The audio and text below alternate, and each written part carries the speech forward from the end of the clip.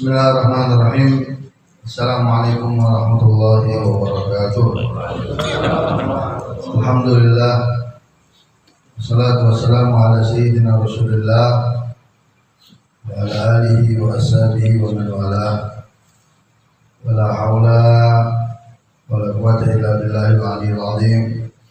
Subhanaka la ilma lana illa ma 'allamtana innaka antal alimul hakim. Ikhwan rahimakumullah, pagi hari ini Allah memberikan kesempatan waktu kepada kita semua sehingga kita sama bisa hadir di Majelis Darul Mustafa. Insyaallah kehadiran kita selalu mendapat keberkahan daripada Allah Subhanahu wa taala. Amin. Dan kelak syafaat dari Nabi kita Muhammad sallallahu alaihi wasallam. Alhamdulillah. Sambil menunggu kedatangan guru tetap kita Habib Alwi, saya mengisi kitab daripada Risalatul Mu'awanah, karangan daripada Habib Abdullah bin Al-Haddad Sahibul Ratib. Alhamdulillah di sini ada tamu kita, ada Habib Ami Zakaria, ya, beliau dari Mukalla, dari Hadramaut. Beliau bertiga. Yang satu Habib Dr. Abdurrahman Al-Jufri sudah pulang kemarin. Beliau Dr. Habib Abdurrahman Al-Jufri sudah pulang kemarin. Beliau di sini masih beberapa hari ke depan, yaitu Zakaria sama Syekh Abdullah. Nah, kita doakan biar hajat beliau semuanya terpenuhi. Juga di sini ada Habib Saleh, ada Habib Abdullah, ada Abu Bakar, ya. Yang lain para habaib juga bisa saya sebutkan. Ada keponakan saya juga hadir, Abdullah Syahran Al-Haddad. Ya, kita lanjut. Di sini dikatakan faslun wa alaika bi husnil dhann bi jami'il muslimin wa hadar anna tazi'u dhann bihim wa qala alaihi salatu wassalam khaslatani laisa fawqahuma syai'un minal khairi husnul dhanni billahi wa husnul dhanni bi ibadillah wa khaslatani laisa fawqahuma syai'un minasy syarri su'u dhanni billah wa su'u dhanni bi ibadillah wa ghayatu husnul dhanni bil muslimin an la tataqida syarra fi syai'in min af'alihim wa aqwalihim wa anta tajidu maha muhmalan bil khair wa in lam tajid lahu muhmalan bihi kal ma'asi fa nihayatu hududhan bi tarkibi bi murtakibiha antum hahum anha wa tadun bihim anna imana yahmilu ala al-intiha ila alaha wa tarkul israr alaiha bi taubati minha. Ini penting nih dijelaskan dalam kitab Risalatul Mu'awanah tentang kita berprasangka baik sama orang. Ini kita kalau hati kita kotor, berarti yang keluar dari mulut kita itu kotor. Jadi gampang Pak, kita kalau mau lihat orang nih hatinya bersih atau enggak, lihat aja yang keluar dari mulut. Itu cermin. Jadi kalau orang mulutnya sering kotor, kata-katanya jelek, itu hatinya jelek. Tapi kalau orang itu mulutnya bisa terjaga, lisannya bisa terjaga, ngomong gak pernah nyakitin orang, ngomongnya enak, ngomongnya santun, berarti hatinya terjaga. Gitu. Nah dikatakan di sini hati-hati kalian, ya bihusnul dhann bi jamil muslimin, bersangka baiklah kalian kepada orang-orang muslim. Khususnya secara khusus orang muslim, secara umum kepada seluruh makhluk Allah, kepada seluruh makhluk Allah. Pernah sekali waktu Nabiullah Ibrahim alaihissalatu wassalam, Nabiullah Ibrahim naik ke gurun padang pasir, naik gurun padang pasir. Begitu naik gurun padang pasir, beliau istirahat di satu tempat. Ya, dibuka itu batu. Begitu dibuka itu batu ada cacing. Ya, digali ada cacing, dilihat itu. akhirnya terlintas di dalam hati Nabiullah Ibrahim ini cacing Allah ciptakannya untuk apa nih? Ini cacing diciptakan untuk apa? Saya aja manusia yang begini, ya kan? Susah hidupnya di gurun padang pasir. Ini cacing, bagaimana? Ya? Nanti kalau dilepas di gurun padang pasir, boro-boro bisa cari makan nanti. Bisa tahu pulang itu udah bagus. Orang kalau udah di tengah gurun padang pasir, sama kayak di tengah laut, Pak. Sama kayak di tengah laut udah. Kalau dia nggak tahu jalan, dia nyasar udah. Makanya orang-orang yang tahu supir-supir yang berani lewat padang pasir itu yang memang dia tahu lintas, tahu gitu. Akhirnya begitu terlintas di dalam hati Nabiullah Ibrahim, ini kenapa Allah ciptain cacing? Apa hikmahnya? Apa manfaatnya? Karena jadi susah sekarang, kepanasan apa. Akhirnya dengan seizin Allah itu cacing bicara. Dengan seizin Allah itu cacing bicara. Begitu Nabi Ibrahim mau jalan, itu cacing seizin Allah bicara. Ya Nabi Allah, kata dia. Wahai Nabi Allah, katanya. Allah ciptakan aku tidak diberikan sia-sia oleh Allah. Yang pertama Allah ciptakan aku, ya kan? Aku setiap hari untuk menyebutkan selawat kepada Nabi Muhammad SAW. Ya pada saat itu Nabi kita belum ada. Di mana keberadaan Nabi kita? Nabi kita diciptakan Nabi yang terakhir. Tapi secara hakiki diciptakan cahaya Nabi kita sebelum Allah menciptakan seluruh makhluknya. Cuman secara jasmania, secara insania, Nabi kita tuh Nabi yang terakhir. Tapi secara ruhania, Nabi kita diciptakan ruhnya itu sebelum Allah ciptakan seluruh makhluknya. Baik itu malaikat, baik itu anbiya, baik itu rasul. Makanya satu-satunya makhluk Allah yang punya kendali di hari kiamat itu hanya Nabi kita Muhammad. Enggak ada yang lain. La Nabi Allah Musa, wala Nabi Allah Isa, wala Adam Abul Bashar, Nabi Adam bapak daripada para anak keturunannya. Ya, enggak ada yang bisa megang kendali dari kiamat. Enggak ada, keadaan situasi kacau. Keadaan kacau. Matahari di atas kepala kita sejengkal dari kiamat. Yang diizinkan oleh Allah megang kendali yang di sana. Siapa? Nabi kita Muhammad. Dikatakan di dalam Al-Quran, la yatakallamuna illa man adina wa rahmana wa qala sawab. Satu-satunya makhluk Allah yang diizinkan bicara megang kendali di hari kiamat Nabi kita Muhammad. Makanya siap-siap ente.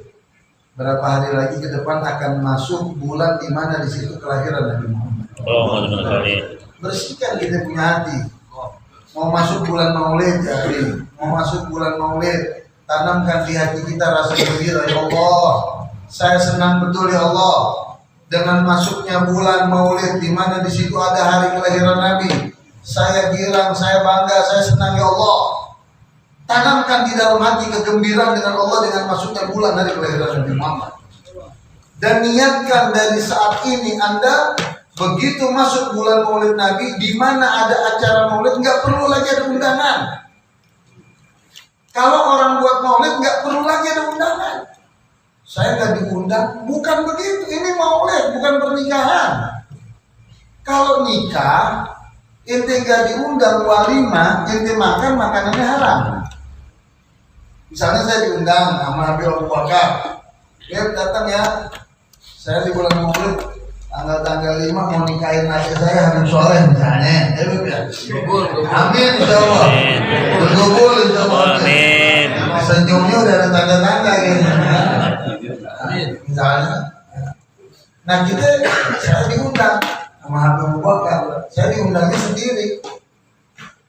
Oh, pernikahan adanya Habib Soleh. Saya bawa murid, atau saya bawa teman, atau saya bawa supir. Sering saya kalau diundang pernikahan saya bawa tuh orang. Tapi begitu masuk, Saya ketemu Sohibul Hajat yang punya hajat.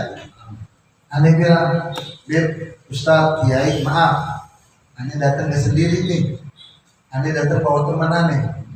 Sebutin berapa orang? Aneh datang berdua. Aneh ada teman berdua nih. Jadi tolong yang diikhlasin nanti. Karena kalau nggak kita bilang dia makan itu dosa. Karena persiapan orang resepsi itu Pak, sama maulid beda. Saya sih belum ngalamin nikahin anak, belum ngalamin. Tapi yang udah ngalamin, saya tanya-tanya, itu per porsi Pak. Satu porsinya berapa dihitung? Misalnya 20.000, persiapannya berapa ratus. Nah artinya kalau nggak ada persiapan, kita yang nggak diundang datang, tahu-tahu orang yang diundang nggak dapat makan, kan haknya kita ambil. Nah makanya tuh kita ngomong. Nah, jadi kalau maulid, ente nggak usah pakai nungguin diundang. Karena orang kalau yang buat maulid, dia siapin makanan cukup nggak cukup Allah udah. Betul apa nggak? Nggak ada orang buat maulid mikirin, wah ini harus makan semua, kita buat nggak ada. Tapi alhamdulillah rata-rata orang buat maulid keberkahan Nabi nggak ada yang kurang, nggak ada yang kurang lebih ke sini. Nah jadi niatnya dari sekarang gembira masuk bulan maulid Nabi, ya di mana ada undangan maulid datang, diundang atau nggak tahu, oh di Al-Hawi ada maulid, oh di Petamburan ada maulid, oh di Selipi ada maulid, di Bawah Tangan ada maulid. Di tempat saya undang juga di tanggal 16 September nanti ada maulid. Ya kan, kita tahu di mana kita datang. Kita datang, kita nikmati langkah kaki kita untuk apa tuh maulid? Untuk membuat Nabi kita tersenyum dari kita. Nah kemudian dikatakan, ya husnudzon, ya, harus kita berprasangka baik sama orang. Wahdakan tusulton bihim. Hati-hati kita kalau punya perasaan jelek sama orang, jangan Pak. Ada dua nih, suudzon ini ada orang nyangka sama waspada, itu beda. Kalau nyangka itu suudzon, itu udah pasti jelek. Tapi kalau waspada itu harus, apalagi urusan dunia.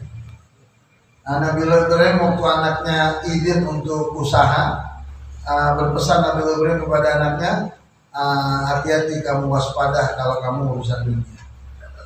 Ya, karena kalau nyangka Pak, itu dia bisa jelek. Tapi kalau waspada hati-hati, itu dianjurkan dalam agama. Misalnya itu mau naik mobil, mau naik bis, kamu rambutan atau di pasar Rebo atau di terminal, tempat yang banyak copet, terkenal banyak copet. Inti naik bis, inti waspada dong diri ini. Hati-hati nih dong, periksa, hati-hati. Inti waspada. Tapi kalau inti nyangka, wah nih depan gua nih lagat copet.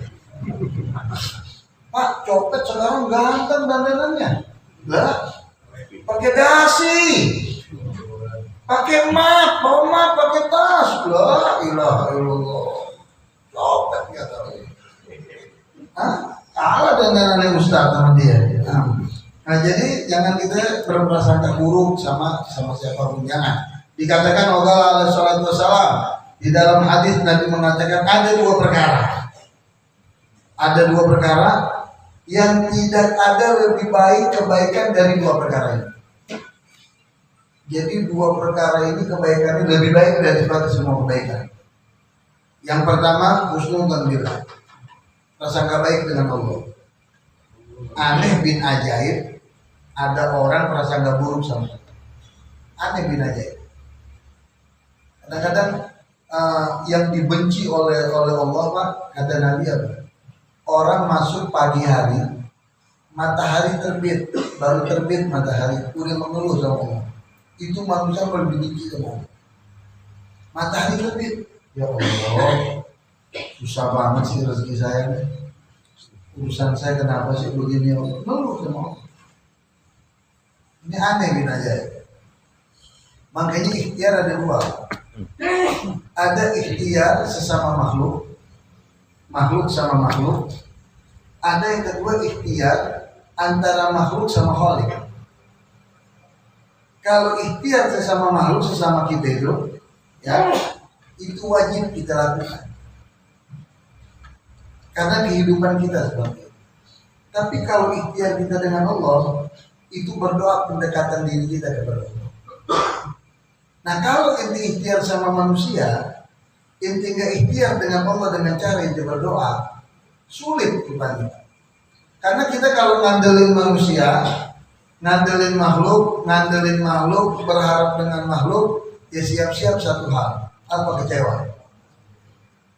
Inti berharap sama manusia, siap-siap kecewa, ya kan? Udah siap-siap kecewa udah. Nah makanya setelah ini ikhtiar dengan manusia, sesama manusia, ikhtiar yang kedua adalah doa. Inti bangun tahajud tengah malam, inti sujud dengan Allah, inti minta ya Allah, apa yang sudah saya kerjakan, apa yang sudah saya ikhtiarkan, kabulkan ya Allah. Kalau Allah sudah membuka pintu kabul, semuanya itu gampang. Tapi kalau nggak bisa, ya kan? Dikatakan apa? Al-insan bitafkir, wallahu bitakdir. Manusia itu punya rencana, tapi Allah yang kehendaki. Coba deh. Diri kita aja nih kita tanya. Kadang-kadang kita punya keinginan sesuatu, kita mau, tapi kok bisa nggak jadi? Belum tentu kemauan kita tuh maunya Allah.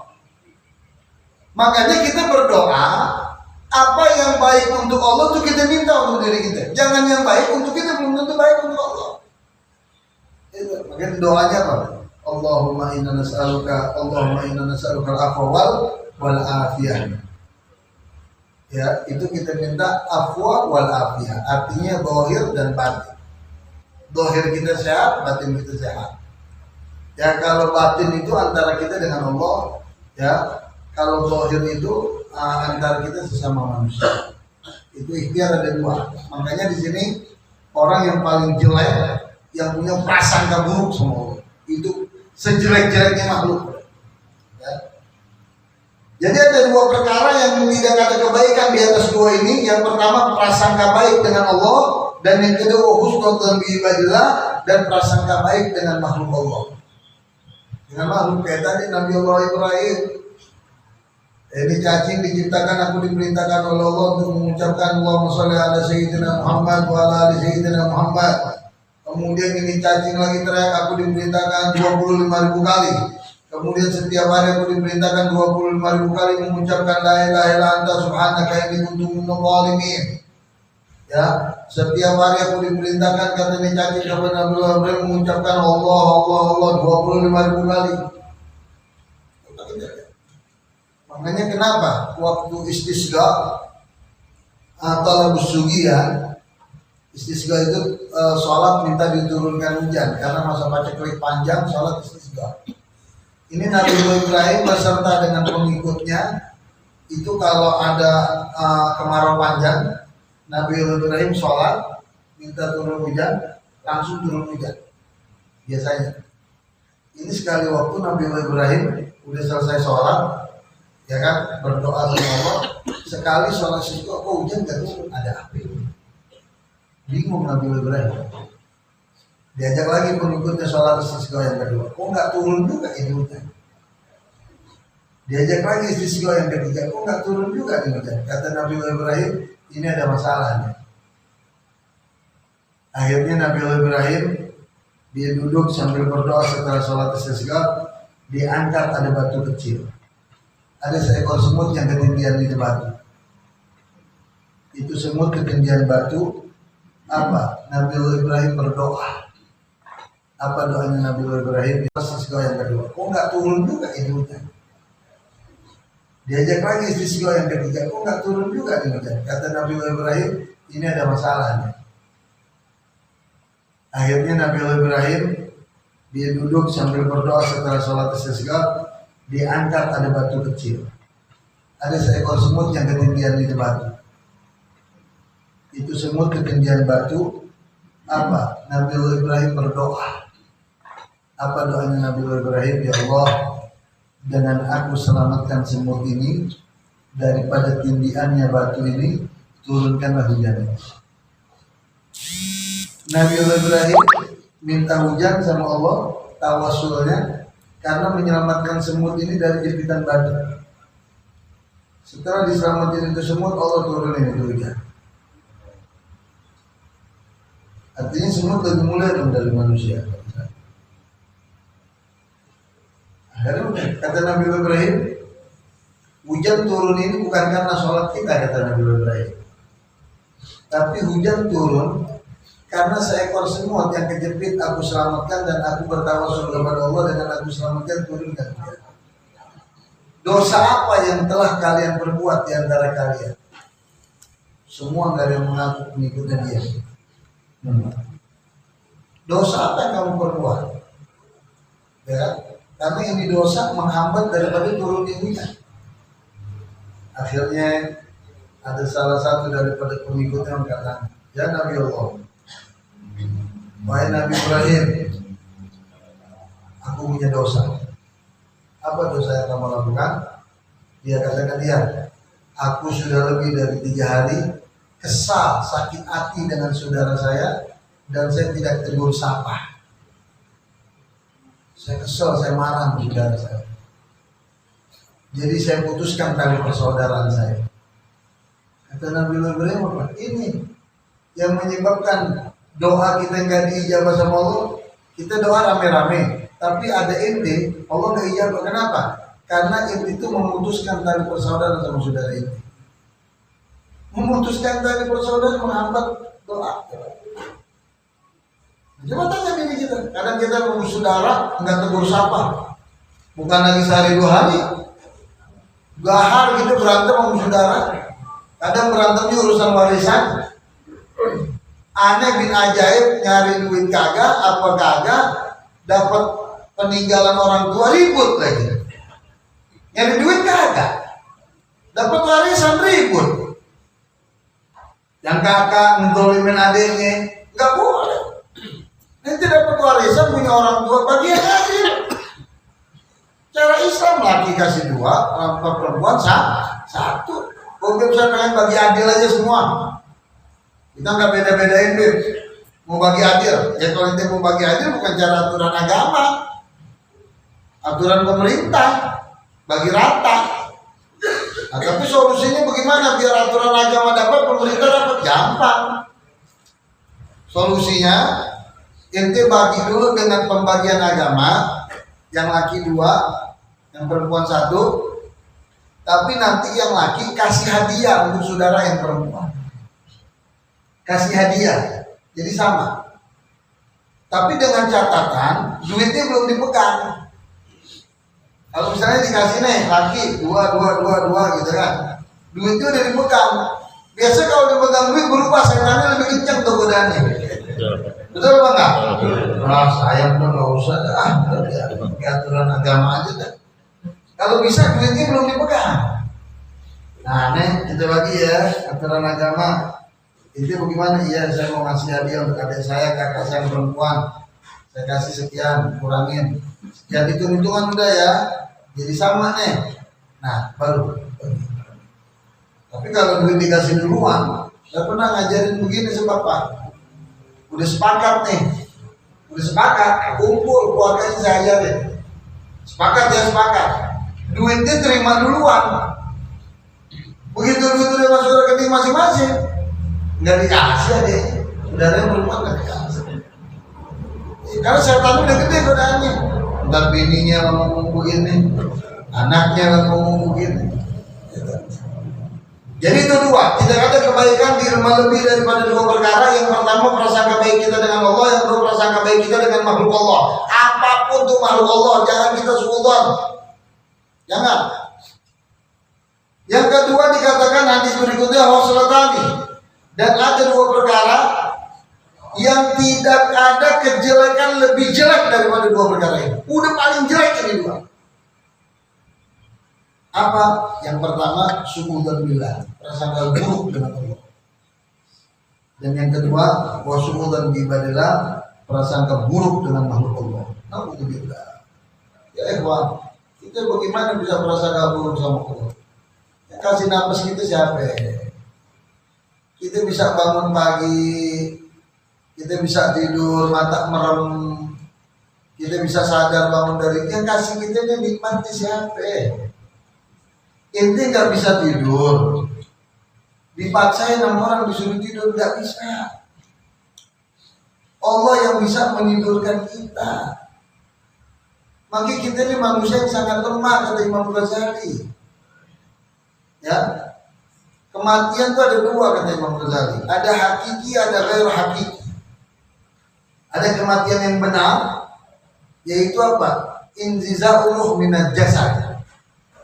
Mati yang benar itu terlepasnya ruh dari jasad itu. Dari mati. Ini mati yang benar. Yang kedua, mati yang tidak hakiki. Itu apa? Tidur. Orang kalau tidur, Pak, kalau tidur nih, belum, apalagi capek gitu, tidur, belum, udah kayak orang mati. Udah kayak orang mati. Nggak sadar udah. Kadang jasadnya dilangkain sama maling aja dia nggak kemana. Nah motor, nggak boleh dengar suara geratak dikit bangun orang dulu. Ya, itu gitu Pak. Rata-rata kita ini kalau punya orang tua, kita pelan-pelan masuk rumah nih malam-malam nih, masuk rumah pelan-pelan, kertek, teriak orang tua. Siapa itu? Coba. Sekarang kita bagaimana? Kita tidur, anak kita masuk, nggak menang kita. Udah buka gerbang, nggak kita. Ya, langkain maling nggak menang. Makanya kita manusia lemah. Manusia lemah, jangan kita banyak perasaan-perasaan yang buruk dengan makhluk Allah, khususnya dengan Allah Subhanahu wa Ta'ala. Kemudian, wa ghayatu su'udzan bil muslimin, tingkat puncak prasangka buruk dengan kaum muslimin itu adalah Anda meyakini perbuatan yang dilakukan oleh saudara Anda itu, sesama muslim itu, perbuatannya, ucapannya, ya secara zahir itu, ya kan, udah jelek aja udah. Udah itu kalau melihat orang udah jelek aja dituduh udah. Gitu. Ya kan? Wah, udah jelek jangan. Nggak boleh itu begitu. Begini Pak. Kita ini bakal mati. Kalau kita punya prasangka buruk sama manusia, Pak, itu membuat sulit hidup kita. Pak. Di akhir hidup kita membuat sulit. Jadi bagaimana? Baiknya itu kita hidup nggak usah ikut campur urusan yang nggak ada kepentingannya sama kita. Kata Nabi dalam hadis, min husni islami mar'i tarkuhu malayakni, kata Nabi. Daripada kesempurnaan iman seseorang, dia tinggalin yang nggak ada urusan sama dia. Ini bukan urusan dia tinggalin, nggak usah. Buat beban aja kalau kita ikut. Ini urusan bukan urusan kita jadi beban. Lain kalau dakwah Pak. Kalau dakwah itu tanggung jawab kita. Ngajarin orang, ngajak orang kebaikan, ngajak orang ngaji, ngajak orang sholat di masjid, ngajak orang bakti sama orang tua, ngajak orang bertaubat. Itu bukan cuma perintahnya ustaz, bukan. Ente juga wajib tanggung jawab ente. Setiap orang yang sudah di pundaknya terbeban kalimat la ilaha illallah Muhammad Rasulullah, dia terbebani untuk menyampaikan kalimat yang hak itu, yang batil itu batil. Sampaikan. Tapi jangan kita bersekutu sama orang. Fatatu lebih anna ma fa'ala dzalik illa mura'yan linnas wa hirsan 'alal mal wal jah. Yang paling jelek nih, kita lihat ada orang sedekahnya banyak, amal baiknya banyak baca Quran. Lalu kita itu pura-pura doang kayak gitu. Biar dipuji sama itu Pak, prasangka buruk yang paling tinggi. Itu yang paling jelek itu. Kita melihat saudara kita kerjaan baik, kenapa kita begitu? Kita mesti alhamdulillah ya Allah. Saudara saya bisa ngerjain baik. Makanya ente dikasih sama Allah nih, ngaji setiap minggu subuh, itu nikmat dan Allah. Ente bisa sholat berjamaah di masjid 5 waktu, itu nikmat dan Allah. Jangan ente sudon. Jangan orang yang belum bisa ngaji ente sudon. Jangan. Karena kenapa? Langkah ente itu takdirnya yang mentakdirkan itu Allah. Kadang-kadang kita melihat ada orang baru mulai ngaji, baru datang ke masjid sholat, baru tobat, mulut kita kadang jaya. Tumben lo ke masjid, terkotak amal hilang. Ya, dijaga mulut kita ya. Kita nyakitin perasaan orang muslim, sama juga kita runtuhkan Ka'bah. Itu dosanya. Ya, kata Nabi di dalam hadis ya, yang sering diulang-ulang oleh saya punya guru ya, menyakiti perasaan orang mukmin itu dosanya Pak lebih berat daripada kita ngancurin Ka'bah. Lebih berat. Makanya yang jangan sudah. Kemudian yang terakhir, wa hadzan al-fasid la yasdaq illa min tawiyah khabitha wa huwa min akhlaqil munafiqin. Wa qala Allah ta'ala bi wasfihim innal munafiqina yukhadi'un Allah wa huwa khadi'uhum wa yura'un an-nas ayyarmunahum birriya. Wa qala alaihi salam aktsuru min dzikrillah hatta yaqulul munafiqun innahum mura'un. Sampai kata Nabi dalam hadis, perbanyak ini buat baik, perbanyak ini buat zikir, perbanyak ini sedekah. Sampai orang kafir bilang apa? Wah, itu pura-pura umat Islam tuh banyak sedekah, banyak apa, pengennya dipuji. Biarin begitu. Artinya orang kalau yang nuduh-nuduh begitu, itu orang-orang munafikin, bukan sifat orang Islam. Kita nih buat baik, lalu orang fitnah kita macam-macam. Wah, itu untuk dipuji orang. Biarin, kenapa? Kenapa ya? Biarin aja. Ya kan? Al-hasad ya'kulul hasanat kama ya'kulun narul khatab. Ada Nabi dalam hadis. Ya kan?